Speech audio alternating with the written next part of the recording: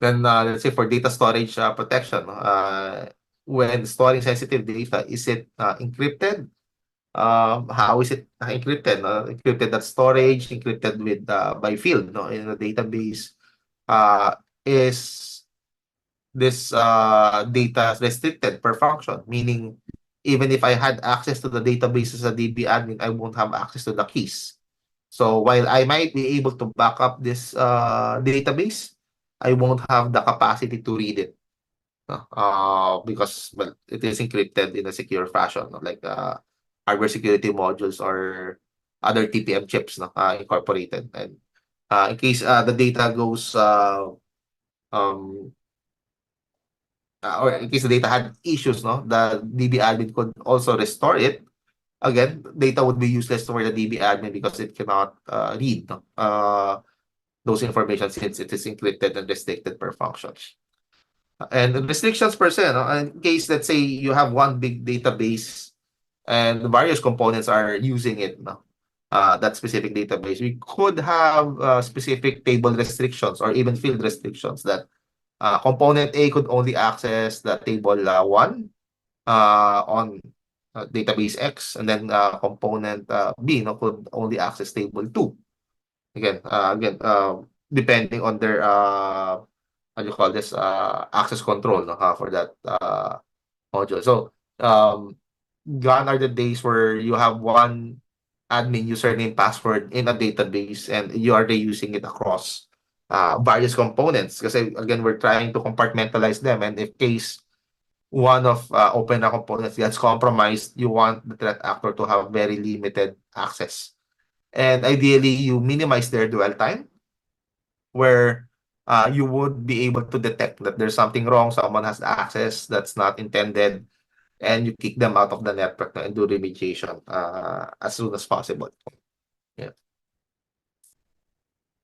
For access control, well, yeah, mentioned this that they are in relation to the database kanina, example. They are now, I'm not sure if being mandated, but MFA and strong password policies, no, are a major requirement for Open RAN. So, well, again, even for various systems, no, it's 2023. I would say that if you don't have MFA on your emails and VPN, I would constitute that as a negligence. No, you should have MFA. Now, having MFA does not mean it's phishing resistant, no, phishing proof. It is phishing resistant, but it could still be phished, but it's a lot better than just with the username and password, no, to gain access to a system. No? So this is, I would say, strongly advised technology to be implemented within Open RAN. Of course, apply least principle of least privilege using role-based access controls. No? As an example, kanina din sa data storage protection on database. You also want to do, no, and assess, no, software and artifacts lifecycle. Like if you have components in your Open RAN, no, is this module, no, being delivered to us in a secure manner? Let's say if it's that we're downloading this from the internet, is it being downloaded via HTTPS? This is encrypted. And once we have that package, before we apply it to the system, no, is it signed, and is the system actually verifying that digital signature before it's being accepted to add features, no, or patch a vulnerability in our system? So if not, then that means there are issues with how the vendor, no, is deploying patches and fixes, no, on our systems.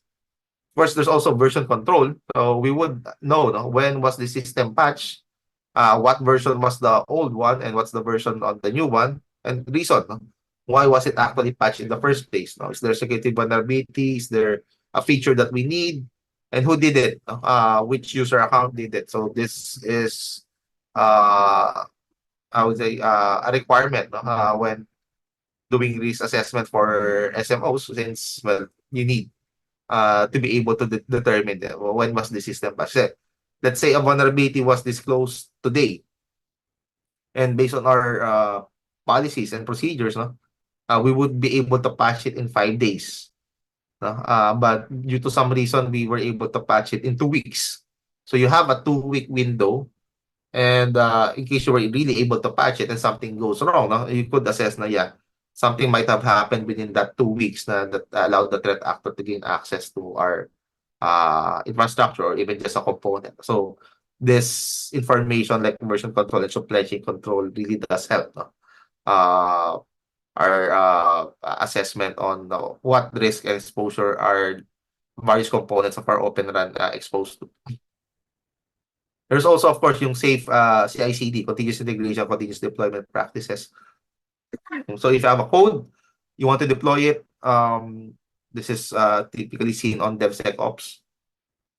They publish it, they have a lot of tests, no, before it even goes into ready for production push. We've seen cases where their CI/CD process is being infected, no? And on one of those testing phases, no, they were injecting, no, some backdoors before being pushed into production. And yeah, I mentioned this kanina, no, anti-tampering of techniques using digital signatures where various components, no, before being applied, no, is the system actually validating this digital signatures, and of course is the vendor actually signing yung mga components that we're applying to our system. Orchestration risk, we have ORAN, no, does not want and cannot replicate the work done by other SDOs, no, regarding orchestration, um, mentions of ETSI and network function virtualization framework, no, on the ONAF framework for ORAN orchestration and slicing.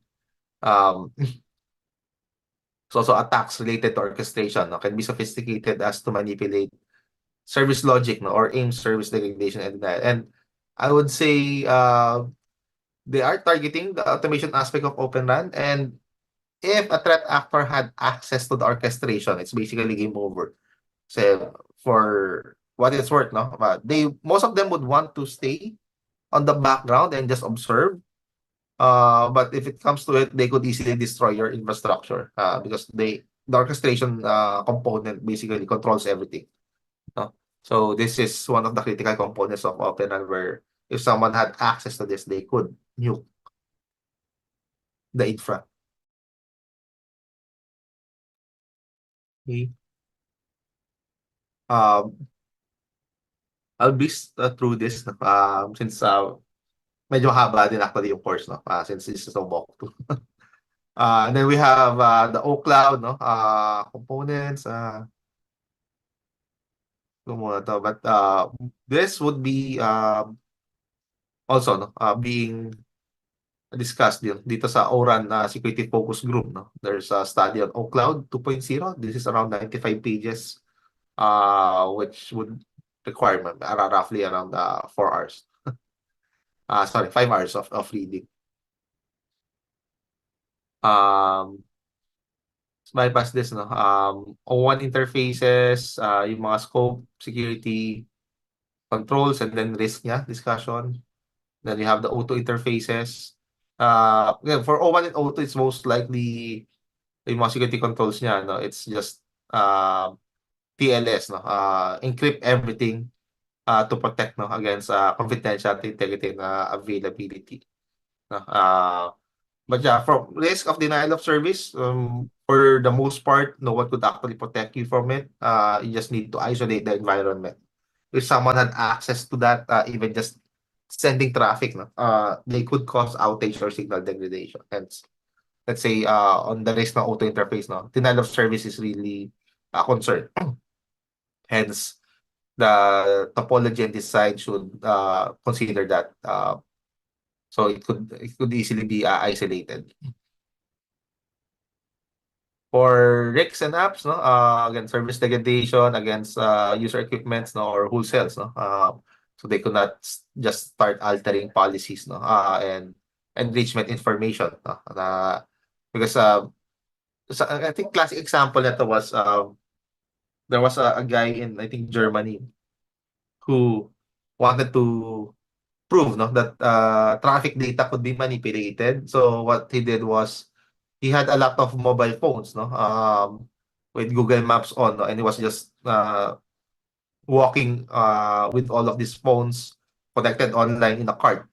And of course, what Google would be sensing was there's a lot of users, no, on Google Map pretending to be a car that is slowly moving on specific streets. So even though there is no actual cars on the street, Google is detecting that, yeah, this street has a lot of cars, quote unquote, and they are moving slowly. So it concluded that there is a traffic, no, going on that street, where in fact it's just a user trying to manipulate the data being fed to the cloud. So that, I would say, might be something like altering of enriched info, or even machine learning data poisoning.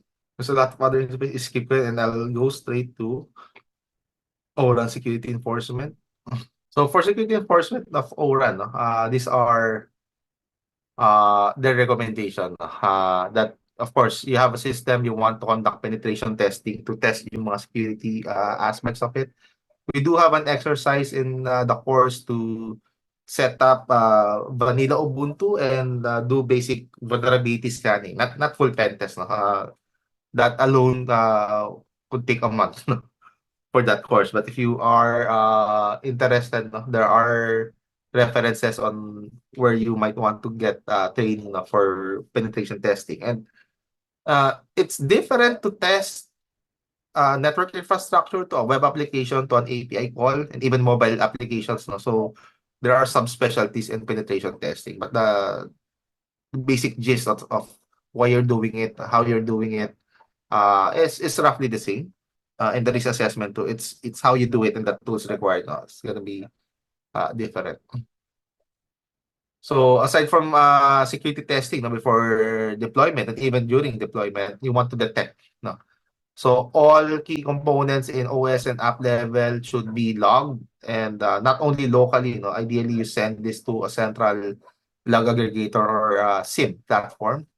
And then you now would have, no, all of these components sending you the log. You could now deploy use cases, no, and analytics, no, to detect attacks on your infrastructure.